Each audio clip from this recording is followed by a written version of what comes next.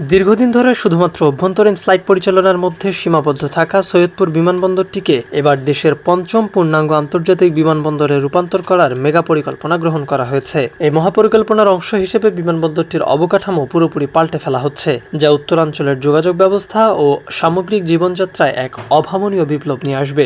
এতদিন এই অঞ্চলের মানুষকে যে কোনো আন্তর্জাতিক গন্তব্যে যাতায়াত বা পণ্য পরিবহনের জন্য শুধুমাত্র ঢাকার হজরত শাহজালাল আন্তর্জাতিক বিমানবন্দরের উপর নির্ভর করতে হতো, যা ছিল অত্যন্ত সময় সাপেক্ষ ও ব্যয়বহুল। কিন্তু নতুন এই মাস্টার প্ল্যান বাস্তবায়িত হলে সৈয়দপুর থেকেই সরাসরি বৈশ্বিক রুটের আন্তর্জাতিক ফ্লাইট পরিচালনার সম্পূর্ণ নতুন ও সম্ভাবনাময় দুয়ার উন্মোচিত হতে যাচ্ছে।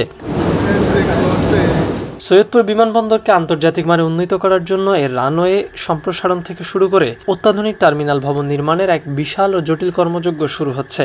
আন্তর্জাতিক ফ্লাইট পরিচালনার প্রধান শর্ত হিসেবে বিমানবন্দরটির প্রায় ৬,০০০ ফুট দীর্ঘ রানওয়েকে সম্প্রসারিত করে প্রায় ১০,০০০ থেকে ১২,০০০ ফুটে উন্নীত করার কাজ শুরু হচ্ছে।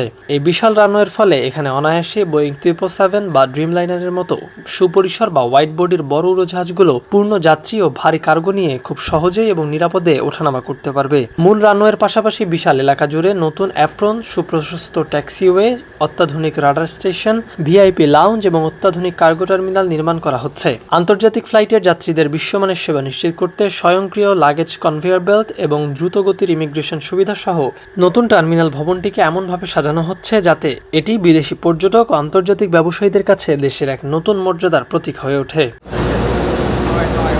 এই বিমানবন্দরটি আন্তর্জাতিক রূপ পেলে সবচেয়ে বড় যে বৈপ্লবিক পরিবর্তন ঘটবে তা হলো উপ-আঞ্চলিক বাণিজ্যের অভাবনীয় সম্প্রসারণ। ভৌগোলিক অবস্থানের দিক থেকে সৈয়দপুর বিমানবন্দর অত্যন্ত কৌশলগত ও গুরুত্বপূর্ণ একটি জায়গা অবস্থিত, যেখান থেকে নেপাল, ভুটান এবং ভারতের 7 সিস্টার্স বা উত্তর পূর্বাঞ্চলীয় রাজ্যগুলোর দূরত্ব আকাশপথে মাত্র 30 থেকে 50 মিনিটের পথ। এই অনন্য ও অতুলনীয় সুবিধাকে কাজে লাগিয়ে সৈয়দপুরকে ভারত, নেপাল ও ভুটানের সাথে উপ-আঞ্চলিক বাণিজ্য এবং সরাসরি বিমান যোগাযোগের প্রধান ট্রানজিট হাব হিসেবে গড়ে তোলার দীর্ঘমেয়াদী উদ্যোগ নেওয়া হয়েছে।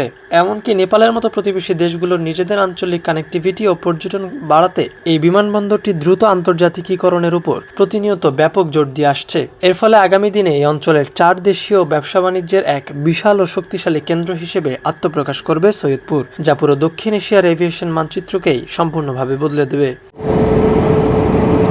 উত্তরাঞ্চলের অর্থনৈতিক চিত্র পুরোপুরি বদলে দেওয়া এবং উপ-আঞ্চলিক যোগাযোগের প্রধান সেতুবন্ধন হিসেবে কাজ করা সৈয়দপুর বিমানবন্দরের এই আন্তর্জাতিকীকরণের বিশাল উদ্যোগটি মূলত ২০৩৪ সালের মধ্যে বাংলাদেশকে দক্ষিণ এশিয়ার অন্যতম প্রধান এভিয়েশন হাবে রূপান্তর করার এক মেগা মাস্টার প্ল্যানে অংশ। যোগাযোগ ও পরিবহন খাতের এই সমন্বিত অগ্রগতির লক্ষ্যে সম্প্রতি প্রস্তাবিত নতুন জাতীয় বাজেটে মেগা এই পরিকল্পনাটির সুনির্দিষ্ট রূপরেখা তুলে ধরে প্রয়োজনীয় অর্থ বরাদ্দের আনুষ্ঠানিক প্রস্তাব দেওয়া হয়েছে।